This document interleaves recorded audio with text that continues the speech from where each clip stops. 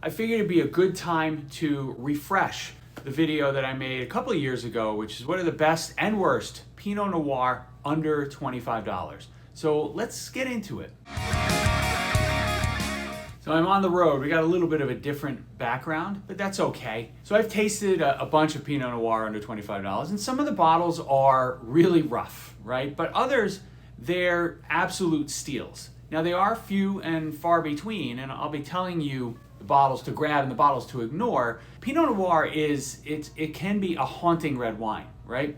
You end up with all of this red fruit and some spices and some earthiness, and when it's good, fresh raspberries, wild strawberries, a little bit of a rose petal, earth. It has a lightness, or can have a lightness, that just glides across your palate with a weightless texture, and makes you want more. But Pinot Noir has a really big problem in that it's a pain in the ass to grow, it costs a lot to grow, and Pinot Noir under $25 is one of the hardest categories in wine to get right. Sometimes the wine smells amazing, right? And then offers next to nothing on the palate. It just becomes like a disappearing act. And since Pinot Noir is all about nuance, it's delicate, that red fruit. The spice is subtle, the earthy notes are in the background. You don't want it buried under tons of oak. But that's really what I prefer. Now, a lot of people love that Meiomi Pinot Noir wine. I just don't get it. It tastes fake, it is syrupy, and it's really like it's been soaked in oak. Now, when you're trying to find Pinot Noir at a lower price point, often you can get something that might smell good, but then when it's on the palate, it's off balance, it's really bitter and weird. And we saw that recently from a wine that will be on the worst part of this list, and you know what I'm talking about if you've been following the channel for a little while. I was once told that I should have a list of good Pinots at this price point ready to go if someone asked. So I put this list together. It's been updated based on the last few years of my Pinot Noir drinking. So here are the best and worst Pinot Noir wines under $25. The bottles that actually deliver and the ones that you should absolutely avoid. Do not spend your hard-earned money on those wines. You're going to notice that this video is focused on wines from the US. Now, I may do a non-US version soon, but those are wines, Pinot Noir wines under $25 outside of the US, much harder to come by. So I'm going to give you 10 wines that I like and 6 that you must avoid. I truly hate some of those, so stay tuned. Quick side note, vintage isn't something to focus on when buying these wines. So the list will focus on producers more than anything else. And you don't have to debate whether you're looking at a 2023 or 2024. As long as you're following the producer, you'll be in good hands. Now, there are a bunch of well-known Pinot Noirs that I have not yet tried, and they are on my list to get to. Some of those are Bread and Butter, Cellar Central Coast, Decoy, Smith Bench by Wente, and Fundamental by Tensley, as well as Cloudline. Let's start with the good. Elouan from Oregon is about $15. I'd start here if you're new to the category, as this will likely be a wine that you like and it will encourage you to drink more.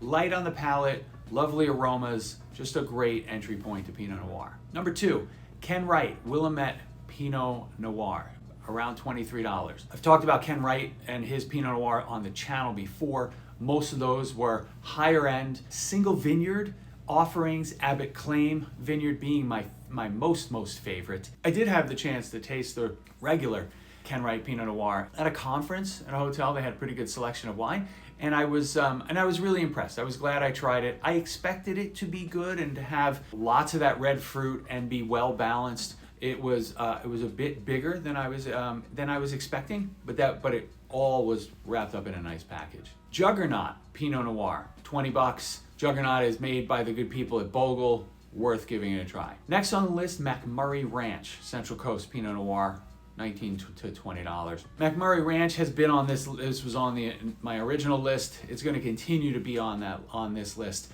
A very, very reliable producer of Pinot Noir at $20, and I don't really don't know how to do it. Next, La Crema Sonoma Coast Pinot Noir, just like their Chardonnay, which they just do a really nice job of producing a balanced wine that tastes real. This Sonoma Coast Pinot Noir is just a really good everyday buy. Intercept by Charles Woodson, $18. Intercept. Charles Woodson was the defensive back in the NFL. Intercept, solid marketing. They make really good wines at reasonable prices, and this one is a good one for you to try. Acrobat at $17. I haven't had this one in a while, but I've always found it enjoyable and always found Acrobat to have a light and fruity type of vibe. It will stay in Oregon. Erath, $14. It's light, can be a little thin if you like a Pinot Noir wine that is delicate and more elegant as opposed to maybe some of the bigger wines that come out of California. I think you'll like this one. Another one I like, the Pinot Project, the Pinot Noir from the Pinot Project, around $14, $15. So the grapes are sourced from California, and the wine is always well balanced. It's got the right balance of cherries and some oak influence. I really enjoy their Pinot Grigio as well. The Pinot Project, they do Pinot Noir, Pinot Grigio, just really solid wines for 15 bucks. Bogle, you knew Bogle was gonna be on this list. Bogle at $12. Now it's been a while since I've had this one, and I will be tasting this on the channel soon, but you know I trust them across the board, and I have had good experiences with the Pinot Noir. I guess one special situation to note before we really get to the bad stuff. I recently received an offer from a local wine shop to get a Pinot Noir from Patricia Green Cellars for under $25. Patricia Green produces a bunch of different bottlings, and most are $30 and above. And frankly, Pinot Noir from the US, to me, $30 to $45 is a sweet spot. But if you stumble across a deal on any of their wines under $25, take that deal. And the same goes for Saint Innocent Pinot Noir. I had a Saint Innocent Pinot Noir by the glass at one of our favorite restaurants in Providence, Bellini. It was $19 for the glass, and the aromas just blew my head off. It was incredible, incredible, incredible. I think they probably could have gotten $24 for that glass, but St. Innocent, another one, if you see a special offer that you can get their wines under $25, take it. I haven't seen that, but you know, that's good advice, trust me. Okay, now for the bad. Unfortunately, when you're trying to produce Pinot Noir at this price point, there is a lot of bad. A lot of bad. People want to drink Pinot Noir and they don't want to spend, tons of money doing it. But when you see these, just walk by, just keep going. So J Vineyards Pinot Noir. I generally see this between $20 and $22. It's just going to underwhelm you. We had it actually as part of, I think, a Capital Grille Generous Pour, and it's just kind of there. It doesn't do much for you, and as a result, get one of the other 10 that I recommended, you'll be much, much happier. Another one to avoid, Josh Cellars, Family Reserve Santa Barbara Pinot Noir. I know everybody loves their Josh wines, but for 20 bucks and a Pinot Noir, you can do so much better. Admittedly, this one is not offensive, but it's definitely something that, I just can't see it being worth a $20 bill coming out of your pocket. Meiomi Pinot Noir. It's $15, it's syrupy, and it's just a hideous experience. Now, millions of people love it, so maybe I'm in the wrong here. It's just, for me, it's undrinkable. You know how kind of like most of the shows on the Food Network are now unwatchable? Like, Meiomi Pinot Noir is undrinkable. I also saw a Memolo.